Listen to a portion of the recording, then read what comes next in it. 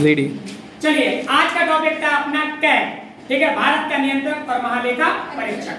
सबसे पहले अपन इसकी ब्रिटेन से तुलना करते हैं, फिर इसके प्रावधान और संघ के बारे में पढ़ लेंगे, ठीक है। ब्रिटेन से तुलना करते हैं तो ब्रिटेन का पद होता है वास्तविक, जो कैग है। भारत का पद कैसा है? अवास्तविक। ब्रिटेन में कैसा है? वास्तविक। भारत में कैसा है? अवास्तविक। इसको ऐसे समझो कि जैसे ब्रिटेन में उसको पैसे निकालने हैं तो उसके साइन होंगे किसके? नियंत्रक और महालेखा परीक्षक के, जबकि भारत में ऐसा नहीं है।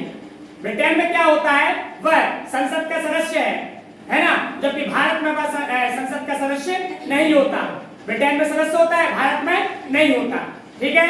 चलिए अब इसको ऐसे समझो, देखो इसमें 148, 49, 50, 51 ये इसके स्वतंत्रता के बाद संविधान में इसका वर्णन है। आर्टिकल 148 में क्या है?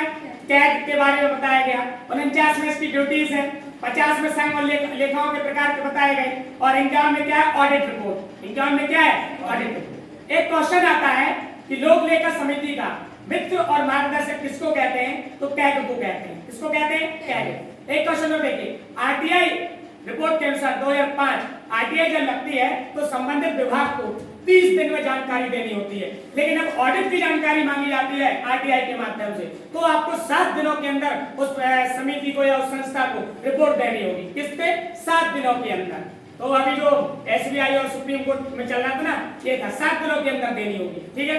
चलिए अब अगला है, सबसे पहले 1858 में महालेखाकार का कार्यालय आया। किसके?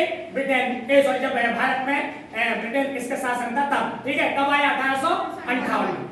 1858 में एक क्वेश्चन बनता है कि ईस्ट इंडिया कंपनी से शासन कहां चला गया? ब्रिटिश क्राउन में चला गया, ठीक है। चलिए इसके बाद 1860 में सर एडमंड को इस पद पे रखा गया, ठीक है। चलिए 1866 में भारत का नियंत्रक महालेखा परीक्षक के बारे में बताया गया। 84 में नियंत्रक और महालेखा परीक्षक को फिर से नामित किया गया।